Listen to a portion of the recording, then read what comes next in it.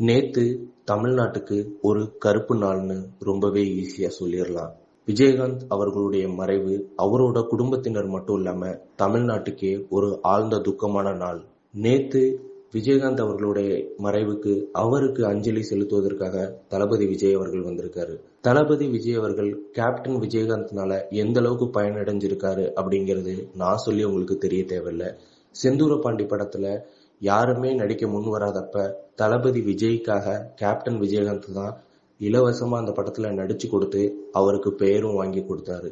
அவருடைய மறைவுக்கு விஜய் எப்போ வருவாரு, விஜய் எப்போ அஞ்சலி செலுத்த வருவாருன்னு எல்லாரும் காத்துக்கிட்டு இருந்தப்போ நேத்து நைட்டு அவர் ஃபாரின்ல இருந்து வந்து கேப்டன் விஜயகாந்த் அவர்களுக்கு அஞ்சலி செலுத்திட்டு போனாரு.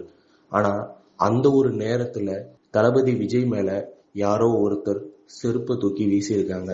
இத சோசியல் மீடியால நிறைய பேர் பகிர்ந்துகிட்டு இந்த நேரத்துல கூட உங்களுடைய அந்த வன்மத்தையும் உங்களுடைய அந்த வெறுப்பையும் இப்படிதான் காட்டணுமா, அவரே விஜயகாந்துக்கு அஞ்சலி செலுத்துவதற்காக ரொம்பவே துக்கமா வந்திருக்காரு, அவர் மேல இப்படி செருப்பை வீசுறீங்களே அப்படின்ற மாதிரி தளபதி விஜய்க்காக நிறைய பேர் குரல் கொடுத்துட்டு வந்துட்டு இருக்காங்க. இந்த விஷயத்த நீங்க எப்படி பாக்குறீங்க அப்படிங்கறத மறக்காம சொல்லுங்க. இந்த நேரத்துல கேப்டன் விஜயகாந்த் அவர்களுடைய மறைவுக்கு அவங்களோட குடும்பத்தினருக்கும் தமிழக மக்களுக்கும் எங்களுடைய ஆழ்ந்த இரங்கல்களை தெரிவித்துக் கொள்கிறோம்.